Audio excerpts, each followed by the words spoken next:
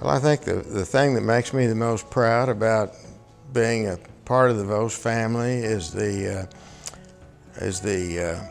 accomplishments of my heirs and my ancestors and my siblings, and it's just been an inspiration for me. The Vose family trait that I'm most proud of is the humor that everyone has.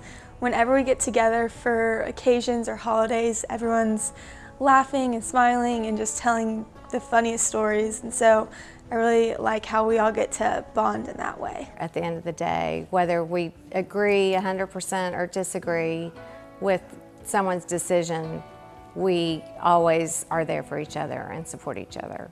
And it's a big comfort to me, and I know my family is always there, whatever, through thick and thin.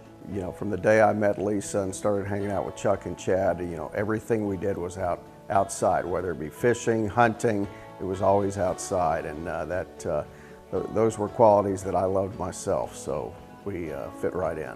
Most families have a tradition of one generation melting down and you know, kind of taking everything down the tube. So it's generally important to, I find, you spend time with your children and they get the message. They say, well, see you go to work every day, and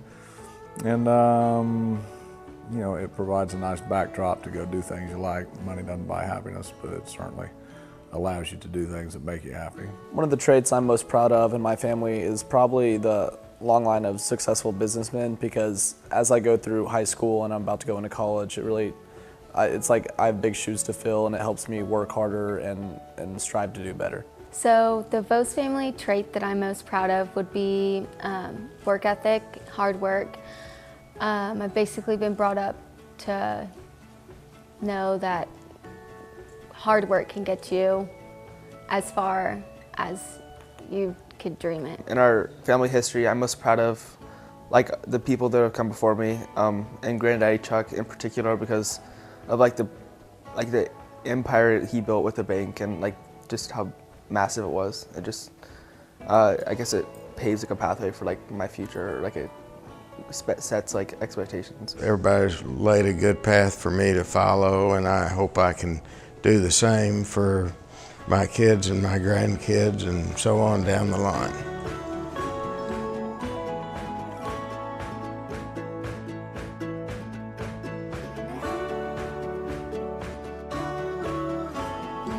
My name is Esty Combs. Esty comes from my great-great-grandmother's name, Estelle, and it's been shortened. It's also my mom's middle name. But I just graduated earlier this week from the University of Oklahoma, and I got a degree in psychology, and I plan to attend graduate school next year.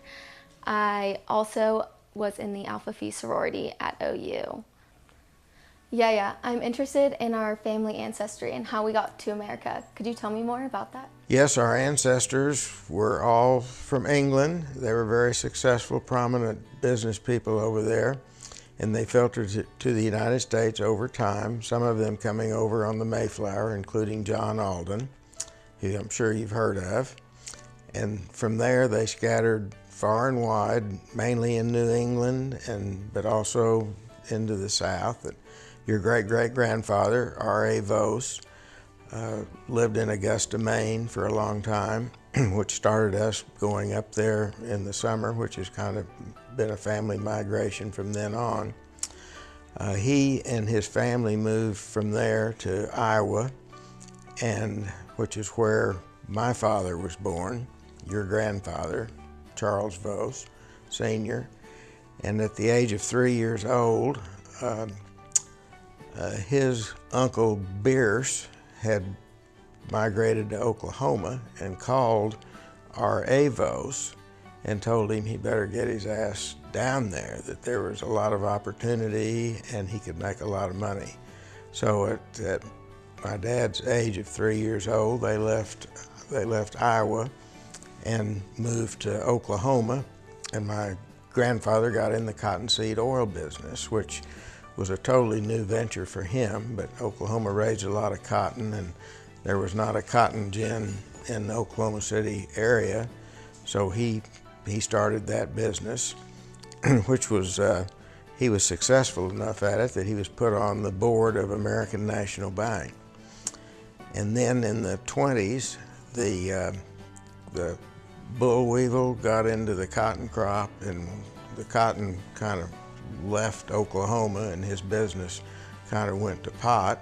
So he became more active in the bank and was named the chairman of the board of the bank when the president and the current chairman were killed in a plane crash.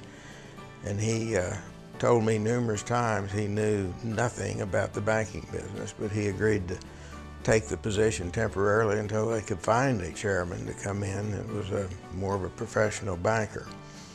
Well, I guess he did a good enough job, or they couldn't find anybody else, but anyway, he got stuck in that job for the rest of his life. And my dad moved into the bank as well and started worked his way up in the bank, and eventually became chairman or president and chairman. And I started in the bank shortly after I graduated from school. Started as a page and worked my way up through the lending division, and ended up president of the bank myself. Even though my grandfather was chairman of the board of the bank, my dad had to work his way up and did a remarkable job of that. Nothing is handed to you on a silver platter. I had to start the same way. I started even lower than he did as a page running errands around the bank. And then I went into the bank training program, and then went through all the different departments, and finally worked my way up to president of the bank. Who stuck the stake in the Oklahoma land run? Your great-great-grandfather, General Roy Hoffman, and he staked out a piece of land northeast of Oklahoma City, which we call our family farm right now. Beautiful piece of property, and anyway, it has remained in the family ever since, and that was 1889, I think. Me and my mom actually drove by there a few weeks ago when she was up for Mom's Weekend. Oh, yeah. It doesn't look the same since we had the big fire about 4 years ago, but it's starting to grow back and look a little more like what it used to. Yeah. So my mom told me about how there was an armed robber at the bank when your dad was chairman, but I just like the way you tell stories, so I want to hear your side of it. Well, it was actually my grandfather, your great-great-grandfather, R.A. Vose, and it was fairly late at night, and he stayed up late, and that was how he came upon the nickname of Owl, like a night owl. But anyway, the doorbell rang, and he answered the door, and there was a guy there, and put a gun to his head and said, you know, give me your money. And he said, I'm sorry, I don't keep any money at the house. He said, I'm in the banking business, all my money's at the bank. And the guy had a hard time accepting that, but my grandfather kept talking to him, and he said, just come on in, let me talk to you. He said, why don't we sit down and have a drink? And he said, well, why are you wanting to rob people of their money? Why don't you get a job? And he said, well, I can't get a job. He said, I've tried and I can't get a job. And so after a lengthy conversation, he emptied the bullets out of his gun, and he said, I'm sorry that I did this. I'm sorry that I bothered you. And my grandfather gave him 20 bucks or something and said, why don't you come to the bank tomorrow and I'll see if maybe I can find you a job. And he ended up hiring him as a janitor at the bank. And he was a fine employee from then on. And that story got out, and reporters called my granddad about it to try and get some of the details and get this fellow's name and so forth. And he wouldn't tell them anything because he was just that way. He did not want any publicity. He liked to fly under the radar, which has kind of always been a family tradition of ours. And kind of a motto of mine is, it's nice to be important, but it's more important to be nice. And that's kind of the way I try and operate, and I think it was the way our whole family has. So I actually had a friend come up to me at OU a few weeks ago and say that RA had a really big influence on their family's life too. He gave them a loan from the bank when nobody else would, and now their family business is just booming in the city. So it prompts me to want to know more about RA, because I've heard a few stories, but what about him influenced you the most? Well, he was a very kind and gentle man, and a very conservative, thrifty, frugal individual. He kept meticulous records on how much money came in, how much money he made, and how much was spent. He always wanted to make more than he spent. And that was, he instilled that discipline into my brain when I was very young. I had a lot of, not to take anything away from my maternal grandfather, who was General Roy Hoffman, but I enjoyed my time with R.A. Vose much more, because he was nice, he was my friend, just like my dad was my friend. They were very gentle, kind, humble people, out of the limelight. The general was a very strong disciplinarian, and I hated even going over there. He scared me to death, and I would end up going home crying most of the time. But anyway, you know, one thing I remember about R.A., he had a little bird, a little parakeet named Budgie. And it rode around, he was bald-headed, and it rode around on top of his head, and there was usually a poop or two sitting up there. And so my grandmother was consistently having to clean off the top of his head, but he loved having that bird ride around. And he taught him to say some kind of off-color things. And one I remember was he said, "Budgie is a bastard." And so he would love for that bird to pipe up with that during one of my grandmother's bridge games or something. But anyway, he was just a great guy. When my parents and I would go over there for dinner, they would all be going to the symphony after dinner, and he would say, "Now, Charles doesn't want to go to the symphony, so I'm going to stay home with him, and you all go ahead and go." And so they finally conceded and went on to the symphony. That was my dad and my grandmother and my mother. So my granddad, once they left, he said, "Now you didn't want to go to the symphony, did you?" And I said, "No, I really didn't." He said, "Neither did I. Let's play some roulette." So we'd get out the roulette wheel, and he would let me bet on red or black. Of course, I didn't have any money. And if I started losing, he would say, "No, you bet on red that time." If it came up black, he'd say, "You bet on red, you won that time." And he'd pay me off till I finally got a little money where I could make legitimate bets. But he was just a good friend, a kind man, and had a great influence on me. You remind me a lot of R.A. Sounds a lot like you. Thank you.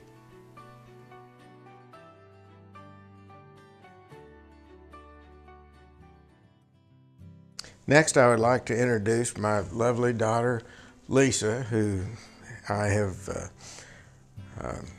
been extremely close to all my life. She and I worked out together every day when she was living at home, and she just has been the most perfect, loving daughter that any man could possibly have. I think the saddest day of my life was the day after her wedding when she left home. And my bicycle was still sitting there.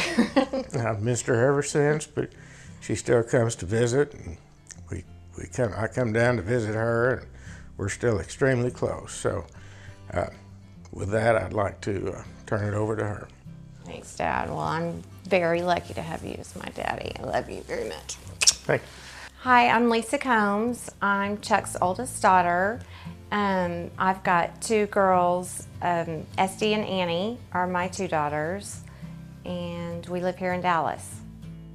Dad, we've talked a lot about the men in our family, and is there one particular woman that has a strong personality that has meant a lot to you in your life? Yes, the one woman that comes to mind would have been my mother, commonly known to you all as Grammy Peg. And she had a strong influence on my life. Being the daughter of a general, she was somewhat of a disciplinarian, but not too bad. And she spent a lot of time with me. She taught me entrepreneurship. She encouraged me to get my little red wagon and go to all the neighbors and collect their newspapers and load them in the back of her station wagon. And when we'd get it filled up, we would go down to the Oklahoma Paper Company and we would weigh the wagon with the papers in it and then unload them and weigh them without the papers, and they would pay us not much. I think I'd make $5 or $6, but I was sure proud of it at the time. And then I expanded my collection business to include coat hangers, which we would sell back to the cleaners. And the neighbors were very helpful in bundling the papers and bundling up the coat hangers. And I got to where I would fill that wagon up 4 or 5 times a day by just going from house to house just in our block. So anyway, I enjoyed that, and I was making a little money at it, and it just kind of had a really strong influence on my life. She also suggested to me that I might want to catch some baby turtles out at our farm, our family farm that was staked out by her father in the land run. And we would take those little turtles to the pet store and sell them for 50 cents a piece, and then the pet store would sell them for about $5, but I was happy to get 50 cents. And so anyway, it was just little things like that. They didn't have slingshots back then, so she taught me how to find the proper branch that V'd off, and we would cut a limb off a tree, and we would get an old inner tube and cut the straps out of it, and get an old shoe and cut the tongue out for the pouch that she'd hold a rock in, and ended up making a pretty good slingshot. After a few broken windows, I think she was sorry that she had taught me how to do that. I was wondering what you were shooting with that. Well, some things I shouldn't have been. That's kind of neat that she taught you that. I mean, women teaching, yeah. Yeah, I know it. Darling. But she was a great mom, and she taught me to save, not only make money, but to save my money, which I did. And that still is a very important aspect of my life, the frugality that she instilled in me. It has been passed down for sure. Only today, I take all the hangers from the store every day over to our alterations lady, and she reuses them. And I always tell everyone's always like, why are there 100 hangers in your car, in the back of your car, every time I get in your car? And I said, I'm on my way to go. I just dropped a load off earlier today. I just got another load.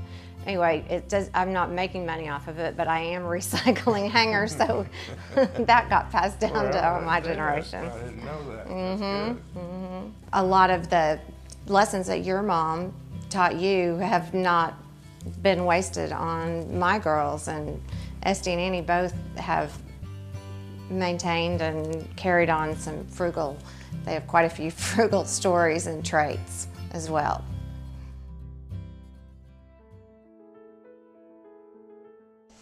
Well, here's one of those frugal penny pinchers now. This is my granddaughter Annie, who is Lisa's daughter and Esty's sister. So with that, Annie, tell us a little about yourself. Hi, I'm Annalie Vose Combs, but everyone calls me Annie. I'm 19 years old and I'm a sophomore at Texas Christian University, where I'm a triadult and I'm studying early childhood education with interest in child development. Okay, so Yaya, I just wanted to let you know that I love the Vose family name, and I hope that one day I'll be able to incorporate that into my children's names as well.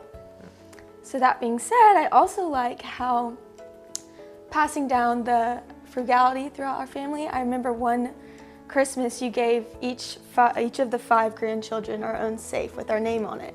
And to this day, I still use that. Every money that I get from graduation and birthdays, I put it all in there, and I'm able to kind of save it up for something later on.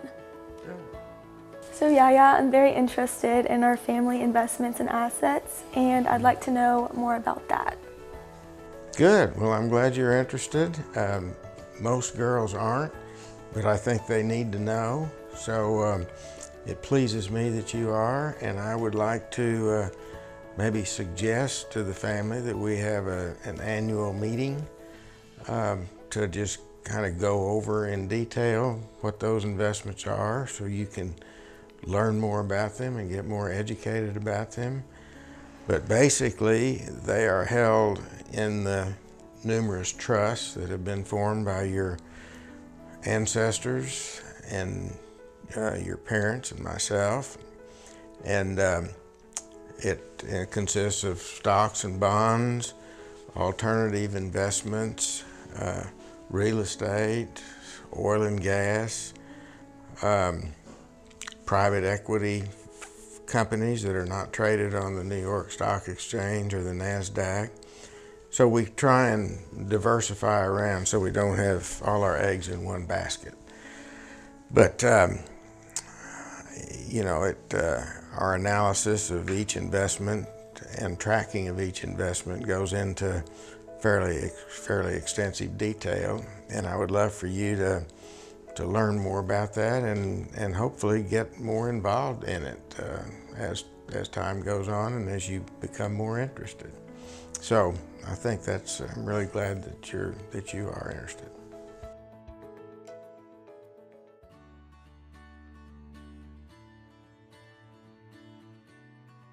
My name is Harry Vose. I like tennis and I go to Preston Holland Presbyterian School. One of the questions I want to ask Yaya is where the animals of this family came from. Well, probably the most interesting story is a bald eagle that I owned at one time named Atu.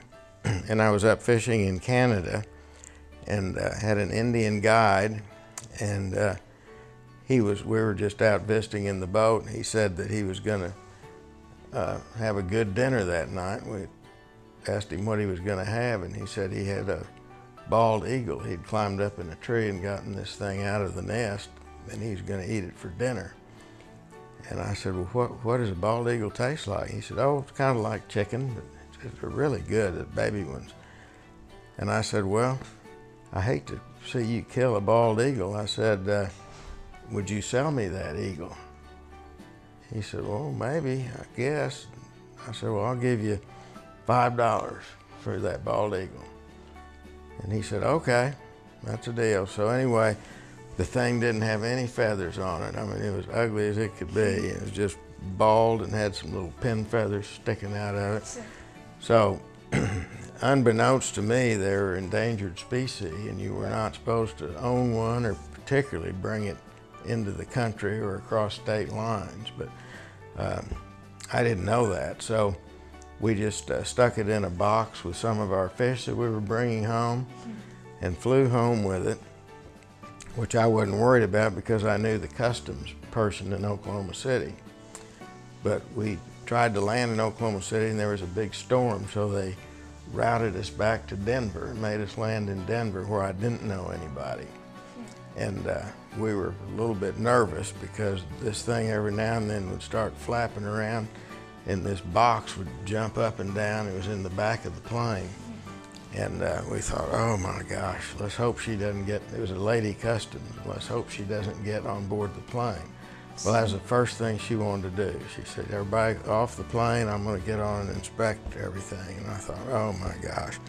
So anyway, we stood outside the plane, it seemed like forever. And then she gets off and never found the eagle. So we get that all wound up and we fly home, and I put him in a dog run and build a tree branch for him to sit on, and I put a big bucket in the bottom of the run, and I'd catch a perch and put him in there, and he got to where he could dive down and eat those things. And it took, people would ask, what kind of bird is that? And if they were my friends, I'd tell them. If I didn't know them, I told them it was a fish hawk. But because I had since learned that you weren't supposed to own one of those. So anyway, after 4 years, his head turned white. So everybody knew then it was a bald eagle. So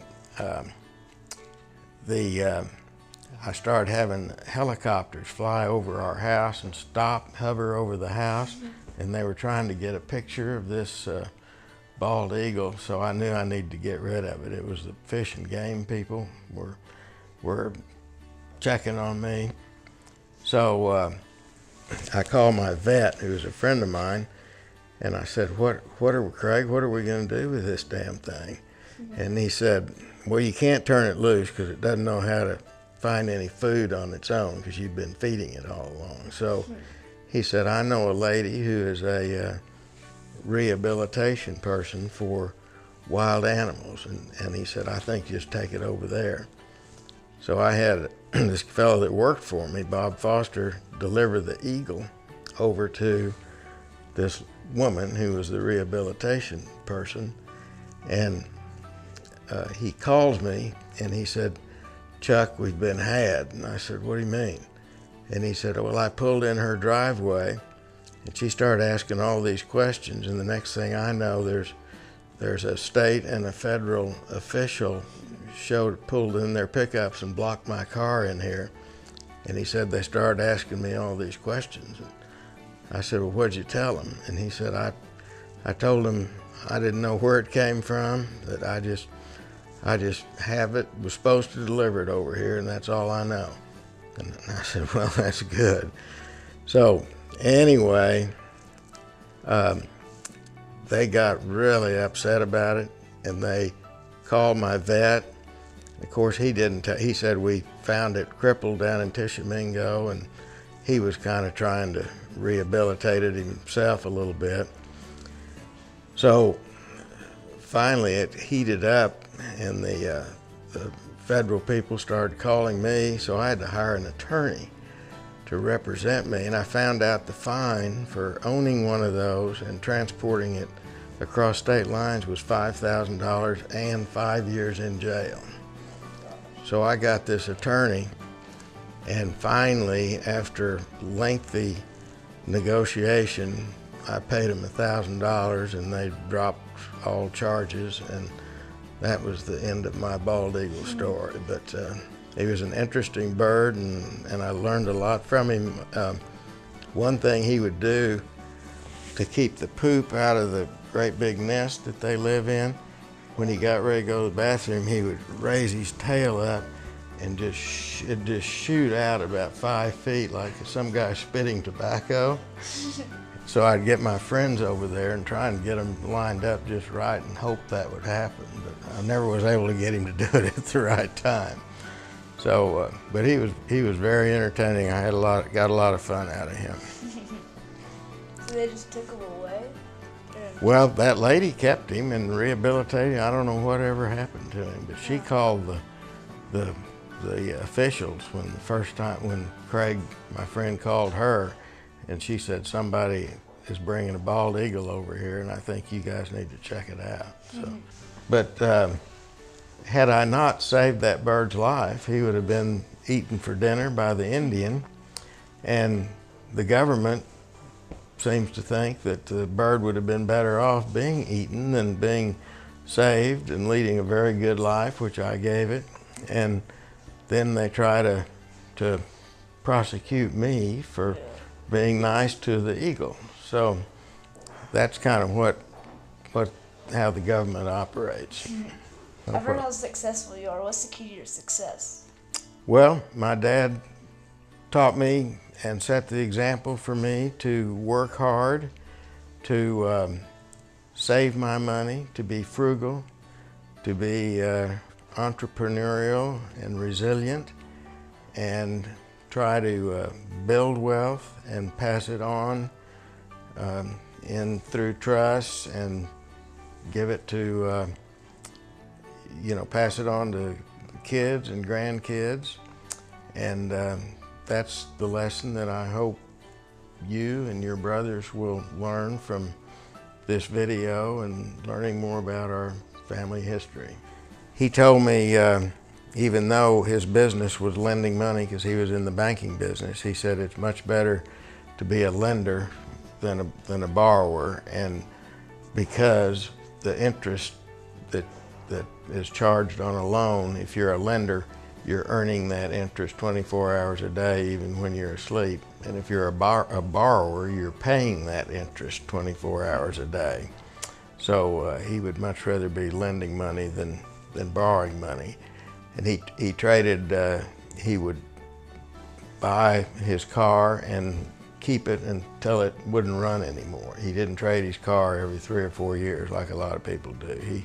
He just stuck with the same car forever. As a matter of fact, up in Maine, we've still got a 1936 Buick that he bought way back when we first built the house up there, and we've still got it.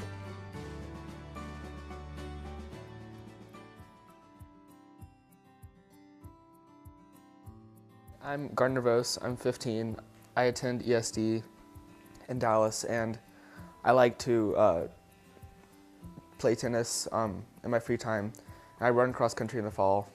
I play tennis with Yaya sometimes, which is fun. Yeah, and I like to have fun with friends and just, hang out and stuff. The quality that stands out to me in our family history is leadership. Can you tell me about some of the leaders that?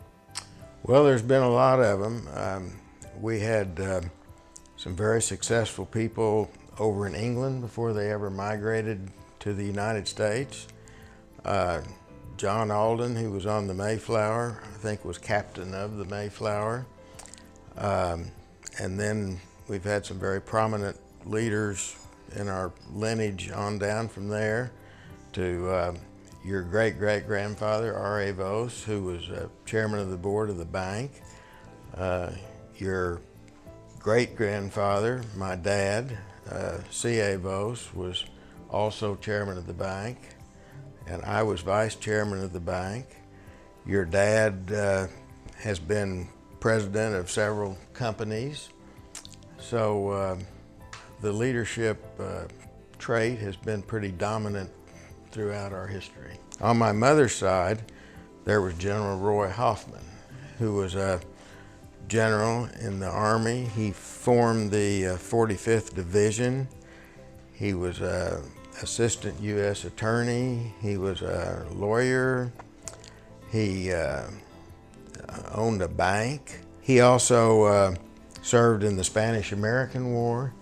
He fought in World War I. He was wounded over in France, and he was housed by a family over there for months. They kind of brought him back to good health where he could travel back home, and they gave him a huge portrait just as appreciation for his fighting for their country over there. And he had it hanging in the entryway to his house, and I ended up with it. So anyway, it meant a lot to me. It had a lot of history behind it.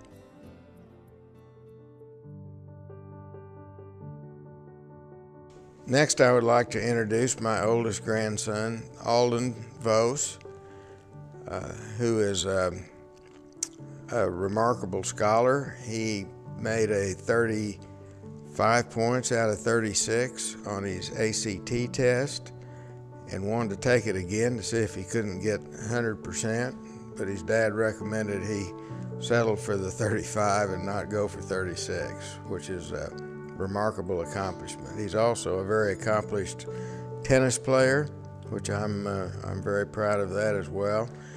I have tried to play with him a time or two, and I can't even begin to keep up. So anyway, I'm very proud of his athletic ability.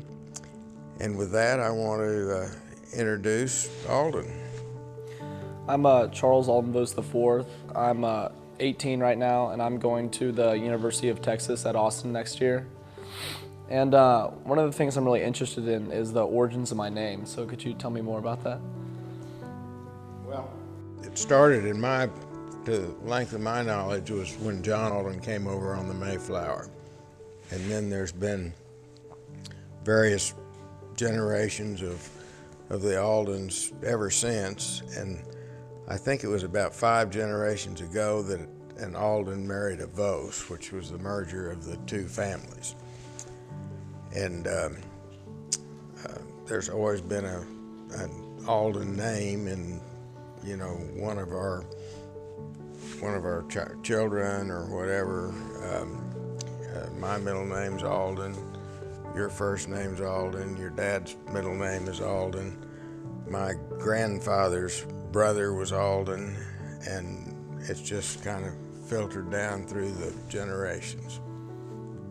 Your great-great-great-grandfather married Caroline Augusta Alden, and then their son was your great-great-grandfather, R.A. Vose, who was my dad's father, my grandfather, and so forth. But that 3 or 4 generations ago was when the merger took place between the Voses and the Aldens.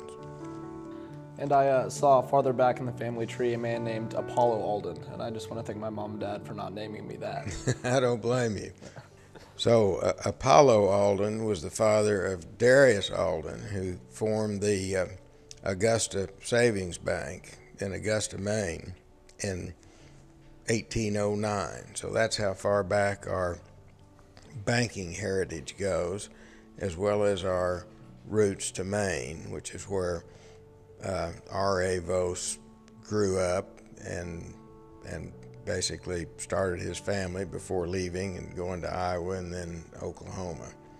But we've continued to maintain the roots to Maine by going back every summer and spending as much time up there as we can.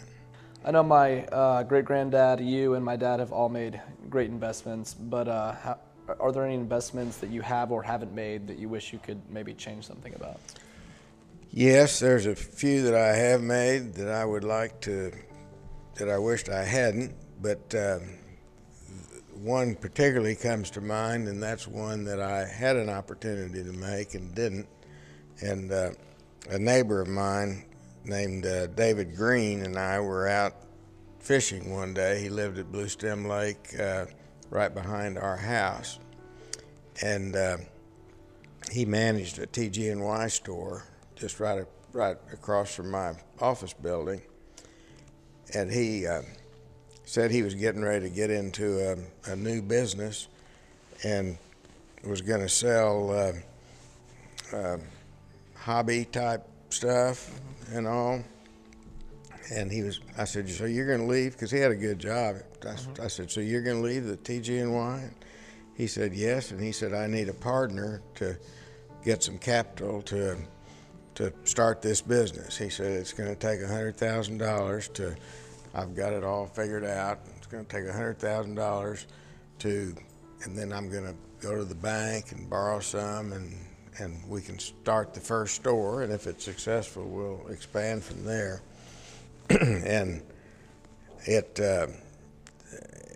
I liked the guy, and I thought he was pretty smart and capable, but I'm not big on loaning money or investing in a startup idea type deal, because he had no experience with the hobby type business, and I had no idea whether it'd work or not. And he said, well, for $50,000, you'll own half of it.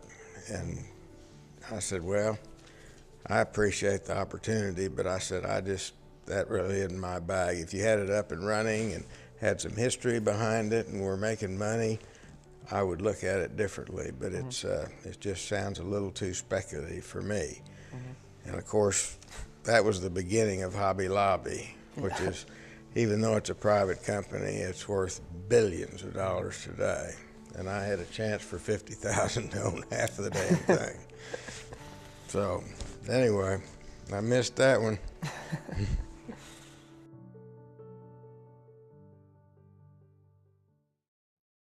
So, honey, tell me like what you thought about my dad the first time you met him. Well, it's funny because I knew Chad before I knew Lisa, and Chad invited me to the Chuck's house in the Bahamas for spring break in March of 1990. And I didn't know Lisa, but Lisa and her friends were coming down there as well. And Chad and I got off the plane in Nassau in the Bahamas, and Chuck and Barbara picked us up in a limousine. And I just remember thinking, who the hell are these people? I mean, oh my gosh, we're picked up in a limousine in Nassau. Keep in mind, that was after we got off in the wrong city. Yeah, right. Yeah. Yeah, so that was my first impression of Chuck. Who is this guy and what have I got myself into? Well, I will add that the limousine was a typical cab down there. I was going to say It was nothing special. State of the art. It was not nice. But my main impression of Brett when I first met him was I figured out real quick that he was an avid offshore fisherman, which I was too, and so I knew we would have a lot in common. And he started asking me about my boat. He was familiar with Jarrett Bay boats and familiar with Chub Key and the tongue of the ocean where we fished, and we just had a lot in common right off the bat. So I was hoping that he would stick and not be cast off like some others had been. You got him.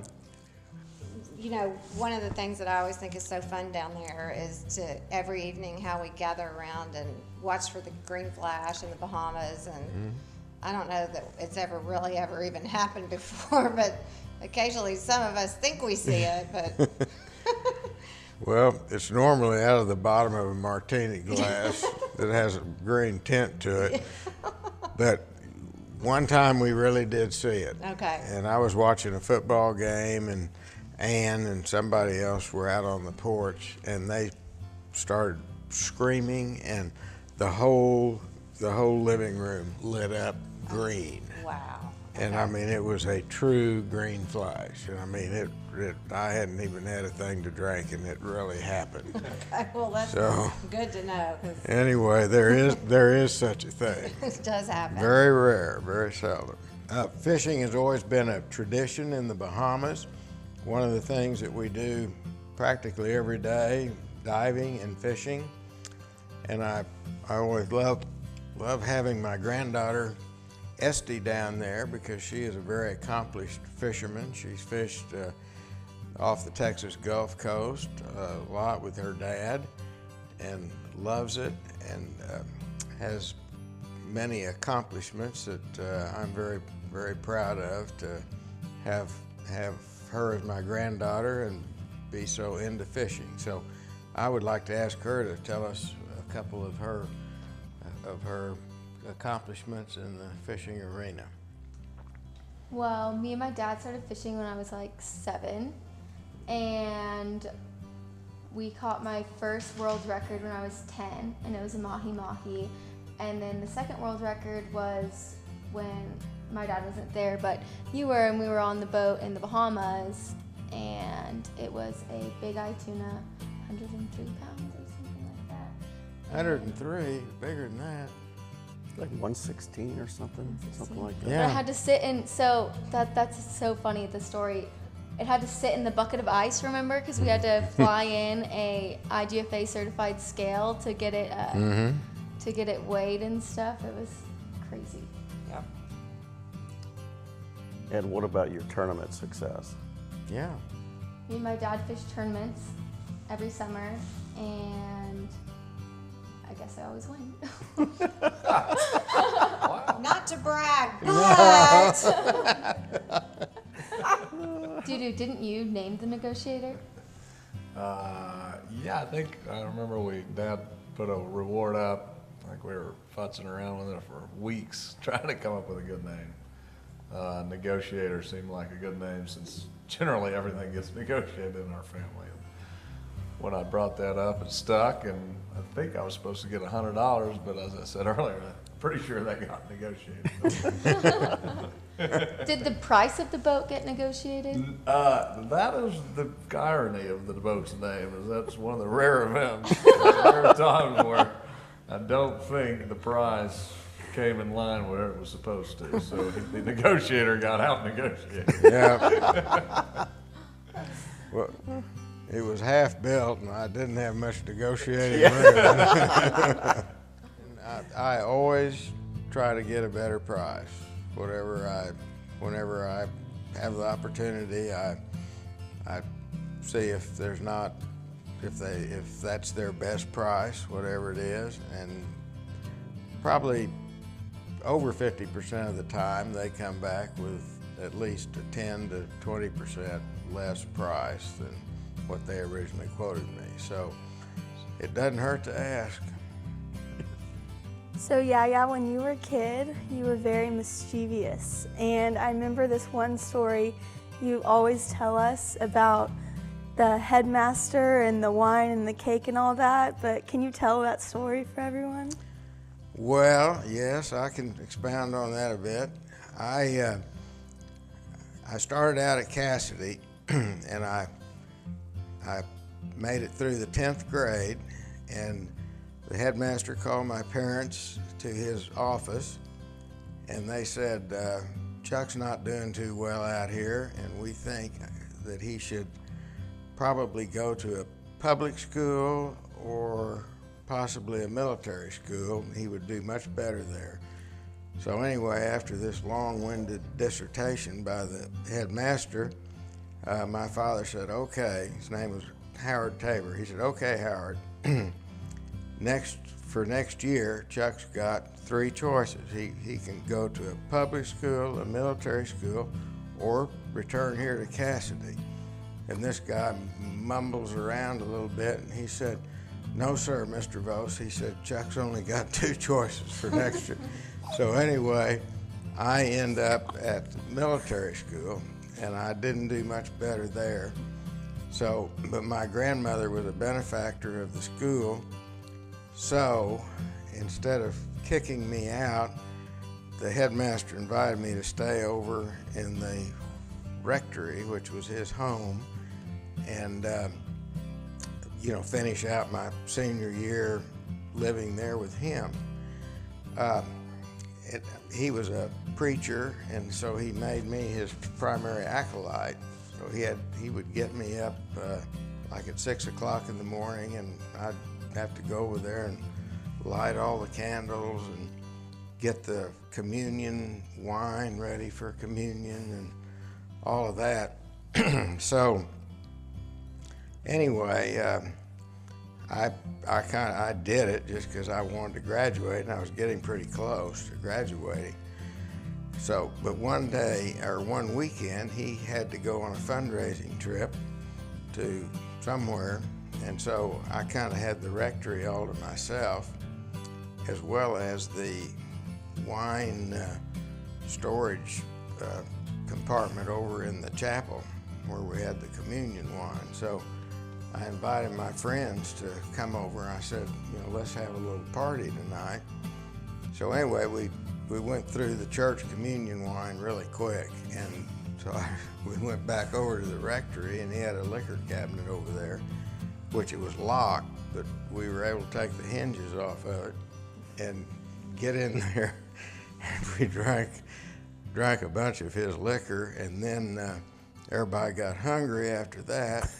So we started looking around for something to eat, and we found a cake in the kitchen, which I did, unbeknownst to me. It was his birthday the next day, and the lady housekeeper at the rectory had prepared this real fancy birthday cake for the headmaster for his return, upon his return the next day. Well, anyway, there wasn't anything left of that cake. So when he got back, he was so mad that, and she was, I mean, I got along great with both of them until that all happened. And he said, Chuck, and she wouldn't even talk to me, and he said, Chuck, just pack your trunk. We had a trunk back then, and he said, Chuck, pack your trunk up and put everything in there. And he said, he said, I really want you to graduate because I know your grandmother really would be very disappointed if you didn't. But he said, if you do one more thing, he said, I'm going to have to send you home. We'll put you on the train with your trunk, and you're going back to Oklahoma without a diploma. So anyway, I kind of walked the straight and narrow for the final 2 weeks, and I graduated cum laude, which nobody can believe, but I do have a little pin that says that was actually given to me. I didn't steal it from anybody or anything. And anyway, that's the end of the story, but I graduated. It's a good one. Mm-hmm. Very mischievous. Yes. But you are too. Oh, yeah. I think this follows down the family lineage. I think there's a story about Lisa and a school bus at Cassidy that was only supposed to be driven by the school bus driver. But anyway, tell us a little about that. I don't think that this story became very well known until just a few years ago. But I was, for my PE class, I was on I was bowling. And so we would, for PE, we'd get out of school an hour early, and there wasn't a bowling center, obviously, on campus, but there was one right next door. So our bus driver loaded us up and took us over to the bowling center. And it was our coach, and, we all knew him. Anyway, I, had ridden on it every day for the whole semester and back, and knew exactly where his little hide key was. And so one night we were at a school dance at Cassidy, and I do not know whose idea it was. Probably mine, but anyway, someone said, wouldn't that be funny if we took the bus? And I was like, yes. So my other little short friend and I, Lisa Monsour, got the key, started the bus up, kind of shifted the gears and backed it out and pulled out onto the main street. And we were like, oh my gosh, now what do we do? We were kind of scared and excited at the same time. So we drove around the corner and parked the bus, put the hide key back, and just ran and got in our cars and went home. Did you get caught? No, I don't think I ever got caught. No. And then another time, my wife and I were coming home from a party, and I had a Ferrari that I was in the garage, or so supposed to be in the garage, and it passed us up going the other way. With the Maltese in the front seat. Well, there was nobody in the car. I mean, she and her friend Margot saw us coming, and they just ducked out. Here this car went by with nobody in it. I thought, that damn sure looks like my Ferrari. So I went home and opened the garage, and sure enough, it was gone. Well, once again, we thought that'd be fun to do, and we drove down the street and thought, now what? So we turned around and came home, but Not soon enough. not soon enough. Yeah. Didn't you sit on, Phone books? yeah. I never got caught. You didn't. I really didn't. I didn't know whether you, I knew you were doing stuff, but I never could catch you. So, I wasn't the only mischievous one in the family. Well, Chadley boy did a few things too, but I apparently paved the way for him. Yeah, I'll learn how not to get caught.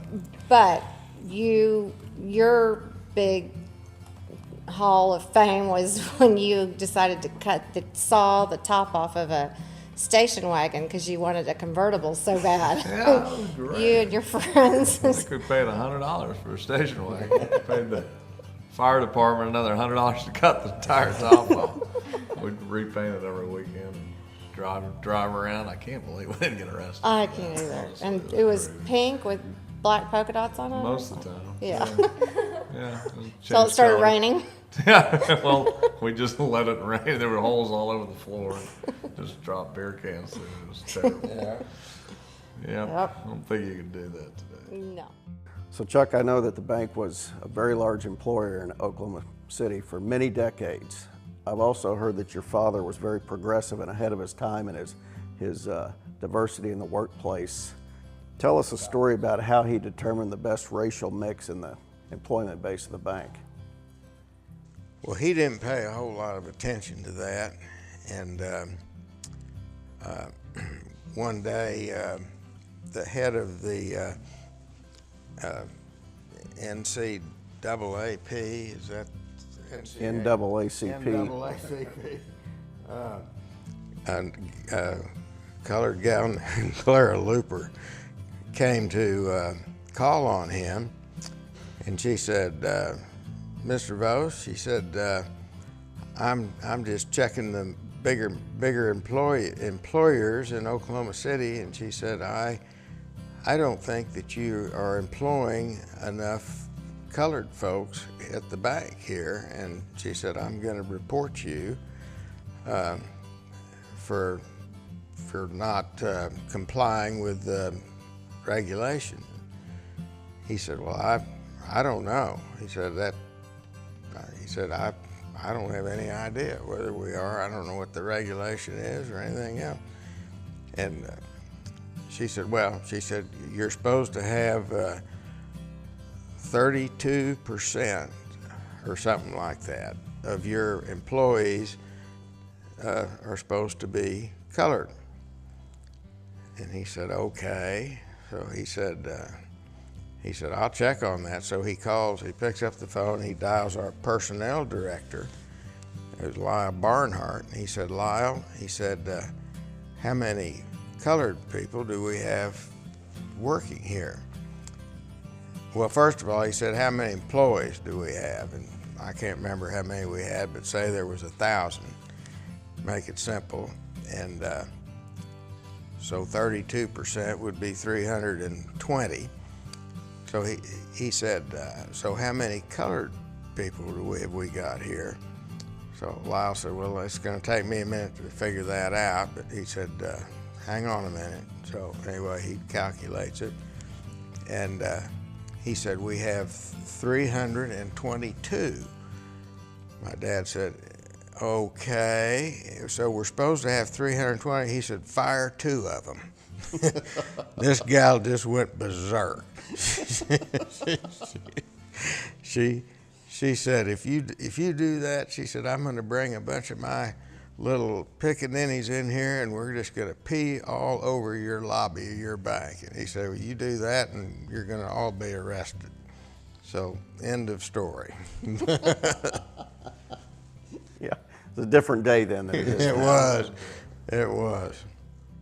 Okay, Dad, one of the funnier stories that I remember is when you gave us a trip to Alaska, ironically, which we're doing this summer as well, when we were in high school, and we, were thrilled to death, didn't know what to expect, and Chad and I were just little kids and up for anything, and we'd flown and driven and boated. Anyway, we got to our destination and walking down the plank at the boat docks, and Mom spotted this ginormous 200-foot yacht, and she just started skippity-doo-dah down the boat dock, and she was so excited. She was like, this is gonna be the best trip ever. And then the boat pulls away, and Dad said, I don't think that's our boat. And we look over, and there's this tugboat with this old guy that smoked a cigar. And Dad was like, I think this is our boat. And I mean, my mom started crying. She was so distressed, and Yeah. everything. The trip went, woo! Gosh. And I'd paid thousands of dollars for even this crappy boat. And I thought, my gosh, what a fine way to start this trip.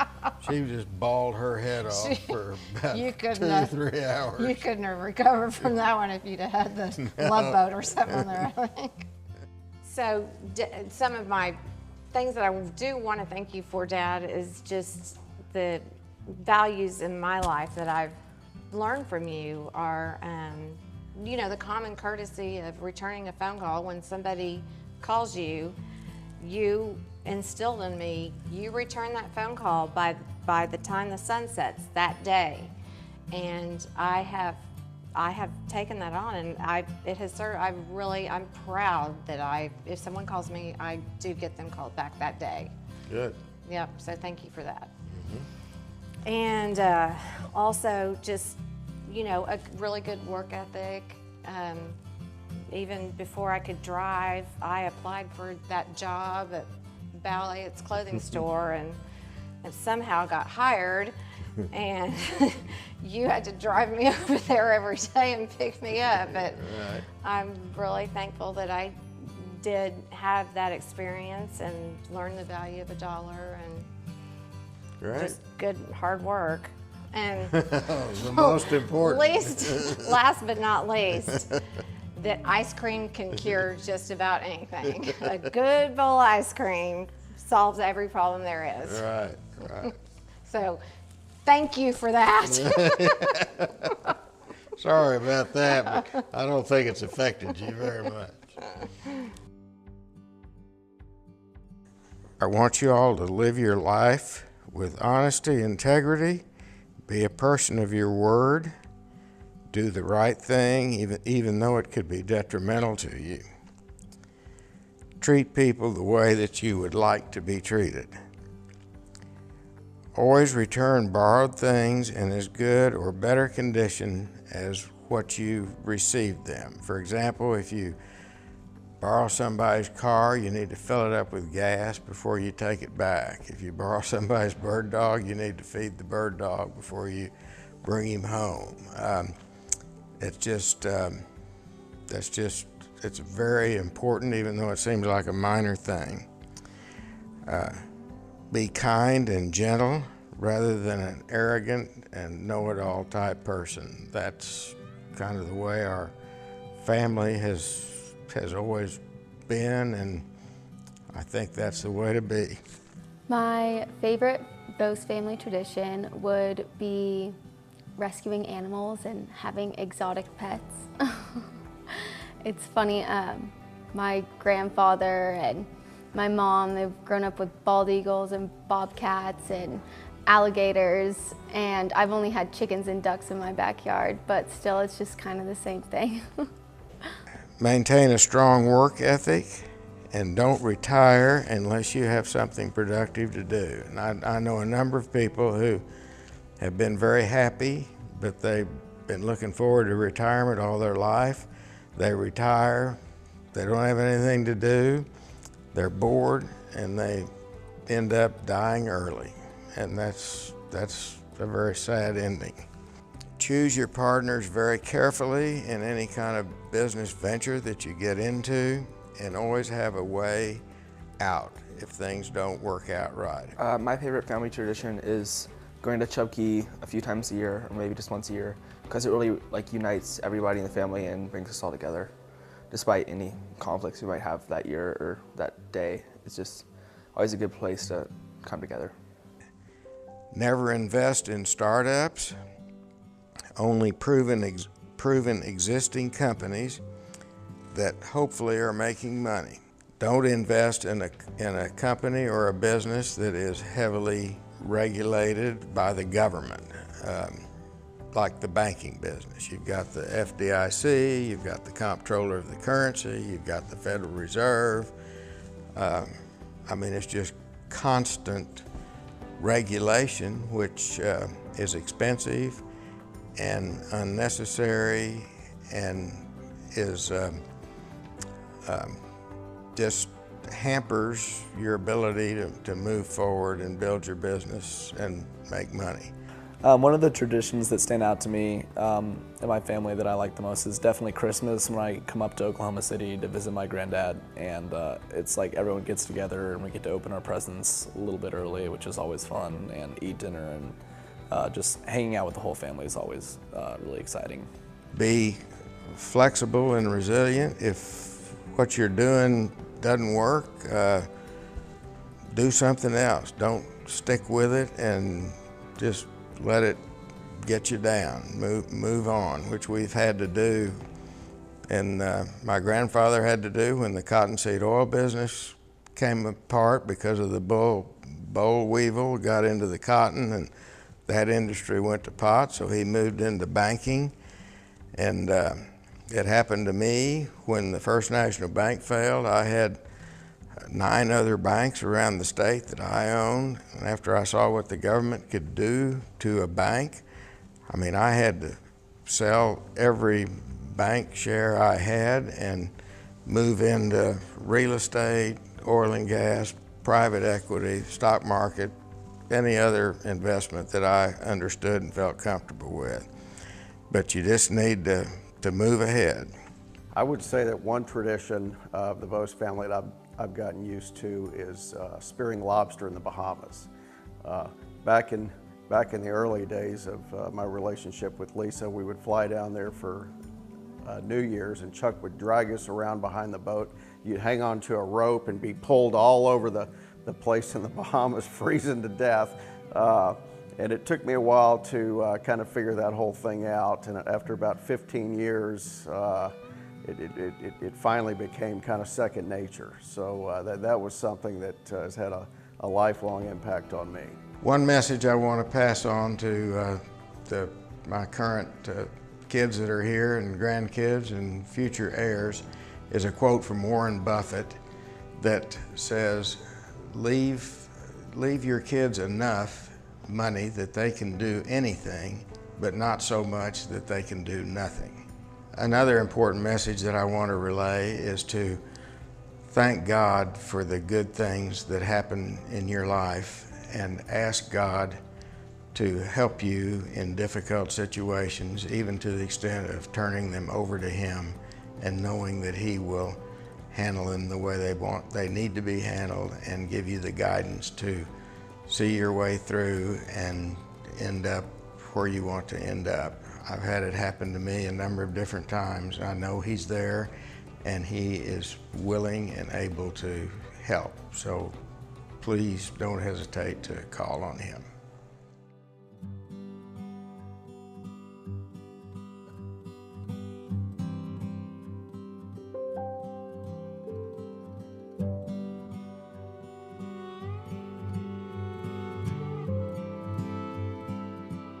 I have a word of advice, and that's don't dip your pen in the company ink.